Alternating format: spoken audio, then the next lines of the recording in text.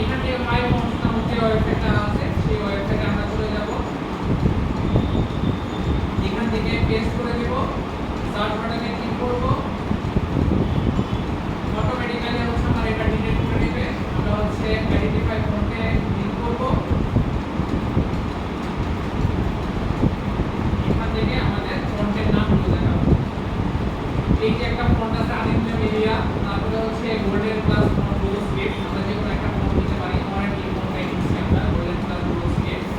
এই ফন্টের নামটাকে আমরা কপি করে নিব, কন্ট্রোল সি, নতুন আরেকটা ট্যাব ওপেন করব, এখানে সার্চ করব golden plus font blue script font download, এটা লিখে সার্চ করব। যে ফন্টটা আছে সেই ফন্টটা লিখব, ফন্টের নাম লিখব, শেষে লিখব ফন্ট ডাউনলোড।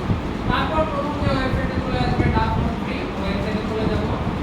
এখান থেকে আমাদের যে ফন্টটা আছে এটাকে ইনস্টল করে নিব, নিচের দিকে আসবে একটু, এই যে ডাউনলোড অপশন আছে, ডাউনলোড অপশনে ক্লিক করব। এখান থেকে আবার ডাউনলোড অপশনে ক্লিক করতে হবে, এই যে ডাউনলোড অপশনে ক্লিক করব। আমাদের একটা জিপ ফাইল ডাউনলোড হয়েছে, এই জিপটাকে আমরা আনজিপ করব, রাইট ক্লিক করে এক্সট্রাক্ট টু। তারপর যে ফোল্ডারটা আসবে সেই ফোল্ডারের ভিতরে আমরা ফন্ট পেয়ে যাব, ডাবল ক্লিক করব, ইনস্টল